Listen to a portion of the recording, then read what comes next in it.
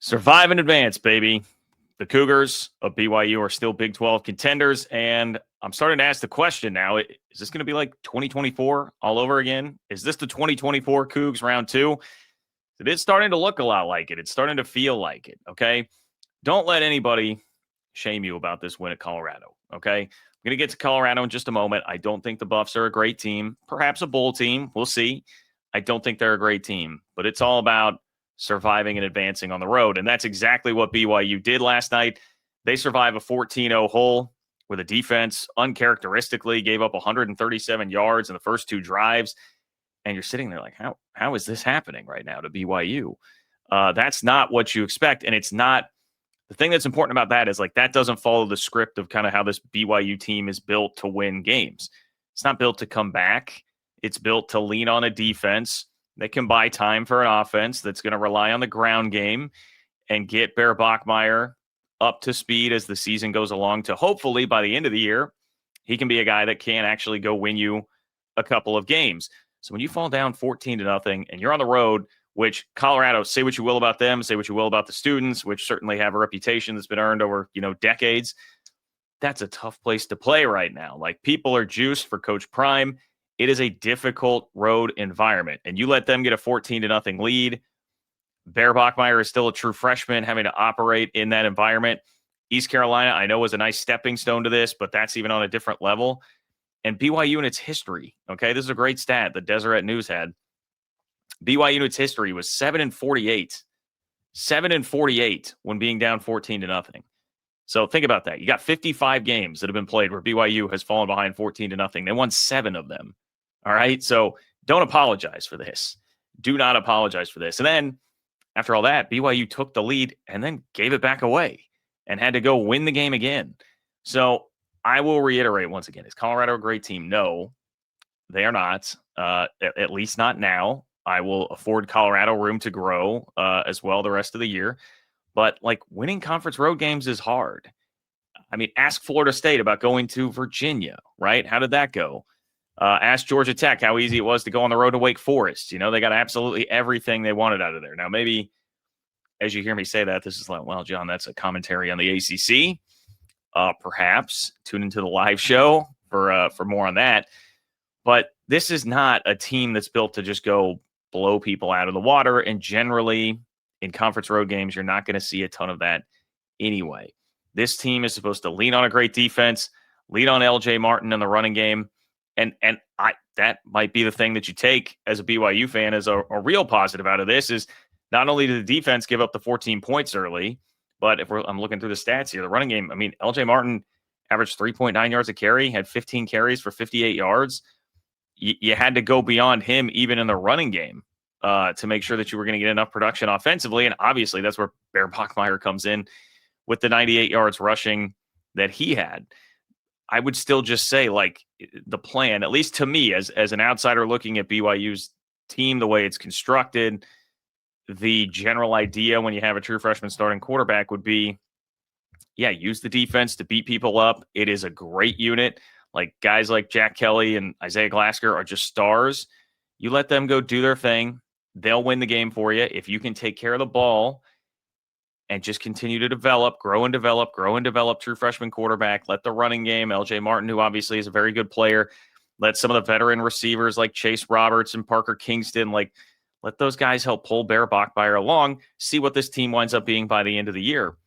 It doesn't really seem like there's been a huge bump in the road on that schedule, does there? And in fact, I'm listening to Deion Sanders just rave about Bear Bachmeier after the game. I think this was a really positive step for him. We could talk about the passing statistics and what those look like, but at the end of the day, the guy had 277 total yards, 2 touchdowns, and continues to not turn the ball over, which is one of the most impressive things about all of this. Man, that kid getting to this point in the season, I mean, he's going to go into October without a turnover. Like, who wouldn't have signed up for that if you're a BYU fan at the beginning of the year? Like, Bear Bachmeier starts as the quarterback. He's not going to turn the football over until at least the month of October. You're going to take that and not just run with it, but sprint with it. So impressed by his poise, his demeanor. And yes, he did almost lose a fumble on a snap that was, kind of rocketed back to him. But even then, was like, the poise to, I don't know. Did other people notice this? I mean, it seemed like he basically just like batted the ball over to a teammate. He still had the poise to like, I'm not going to recover this.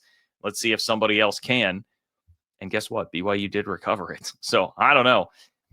As far as the comp to last year goes, I didn't feel like last year's BYU team was a team that was built to just blow people out or have some incredibly dynamic offense. Certainly not a dynamic passing offense that was going to just bludgeon you. And if you start going down the list of games last year, I mean, at UCF, 13-point win. It was not, complete blowout there. They won by 6 at Baylor, who at that time early in the year, Baylor was not a very good team. 3-point win at SMU. They, of course, had the scare at home against Oklahoma State that turns into a 3-point win. Utah was not a good team last year, right? That's a 5-win Utah team, and it's a 1-point win on the road at Utah. Like, this is kind of how it goes, I mean, that's the way Kalani Sitake has built this team, at least as of right now. As Bear Bachmeier becomes better and becomes more of a vet and grows, like maybe things will change a little bit. But even you look at the end of the year, there was a 12-point win over Houston that was kind of ugly for BYU. Like outside of the K-State and Arizona games, this feels like a fairly similar pattern to what that team was last year. And I know, like, reading some of the commentary from BYU folks who are really close to the program, a lot of talk about like a culture win. And I think that's so true. I mean, that's just kind of the culture of this team and this program is to be tough, grind it out, and be gritty. And that's a word that I heard from Kalani Sitake too. He's talking about the grit in winning this game. Now, I'm sure giving up 14 straight right off the rip was not a part of the plan. Colorado, you got to give them credit. Those guys are on scholarship too. And those coaches, a lot of guys who have played a lot of football in the NFL and coached a lot in the NFL, like they've got some good minds there. They came out with a Wildcat package. They did a great job on those first couple of drives. And Kalani Sitake, I thought, had a really telling quote after the game where he said, once Colorado started gaining some yards, everybody started to press a little bit more. I think maybe the defense was a little bit too easy for them the first 3 games. So things came a little bit too easy against lower levels of competition for the defense, and they had to hit a game like this where they were going to play someone with the talent of Colorado, because you can talk about level of competition all you want, like how good is Colorado actually. One thing Colorado definitely has is a lot more skill position talent and athleticism, and same at the quarterback position with Caden Salter. They have a lot more of that than anything that BYU had seen so far this year. Not East Carolina, not Stanford, certainly not Portland State. Big step forward as far as that goes. And so it does stand to reason, like, hey, the first time you see that, it might take a little bit of an adjustment period, but they did adjust. 137 yards on the first 2 drives, 154 the rest of the game. That's 8 drives, 154 yards. So you're talking about less than 20 yards per drive the rest of the game. And then, of course, when the game's on the line and you need to go make a play to win it, I talked before the game, like, is this a game where Coach Prime can force Bear Bachmeier to have to be the guy to go win it? It felt like it was kind of like teetering on that, but no, instead it's BYU hanging on to a 3-point lead. It gets thrown onto the defense, and guess what? The defense made the play. And guess who did it? It's Isaiah Glasker with the interception, Jack Kelly with the pressure. That's the formula, right? That's the formula for BYU. That's the star of the team being the defense. They're the ones who go out and get the win. Are slow starts going to burn you at some point? Yes. If they keep doing this, I mean, the offense obviously started pretty slow at East Carolina. That was a 6-3 game until completely flipping it with the couple of interceptions that happened there, the interception in the end zone, the pick 6. Yes, slow starts will burn you if you continue to do this throughout Big 12 play. No doubt about that. But I don't know that you can say that's going to happen every single game, and you are afforded room to grow and develop. And when you get experience like this, you show, you flash, you flex your toughness like this, it breeds a lot of confidence, and you continue to push forward, man. Continue to push forward. We'll see. I'm not sitting here telling you like, hey, I think BYU is the Big 12 favorite. I think Texas Tech far and away is that. But on a Saturday when you see like I had been very impressed with Kansas so far this year, right? They lost a home game. They lost a home game to Cincinnati, and Kansas is sort of the total opposite. Dominant offense, no defense. They could not stop Brendan Sorsby at all. I mean, there's another team that falls by the wayside a bit that I felt like was in a similar category as BYU. Well, you went on the road, grinded out a win at Colorado. Just keep marching forward, man. Just keep marching forward. So don't let anyone shame you about this at all. This is a great win for for BYU, rather. And I think the Cougars just are who they are. They march on and keep winning, and they'll stay in that conversation, man. They'll stay in that conversation. I was looking at the schedule coming up here. I mean, look, West Virginia just decimated by injuries right now. I mean, I feel for them. That's a game that BYU should win at home.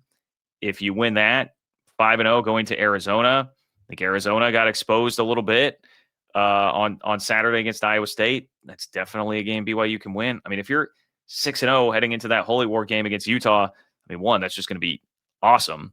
Incredible atmosphere and an environment, all that for that game. But you talk about like the confidence this team will be playing with. If they're 6-0 and the hype that will surround it, that's going to be great. And then we'll find out everything that we need to know from October 18th to November 8th about this team. You get Utah at home. You got to go to Ames, Iowa. You got to go to Lubbock, Texas. And then actually, I don't know why I'm leaving TCU off that. November 15th, you got to play TCU. And hey, Cincinnati fans are probably coming at me like, bro, what about November 22nd when they got to go to Cincinnati? Yeah, it's a backloaded schedule.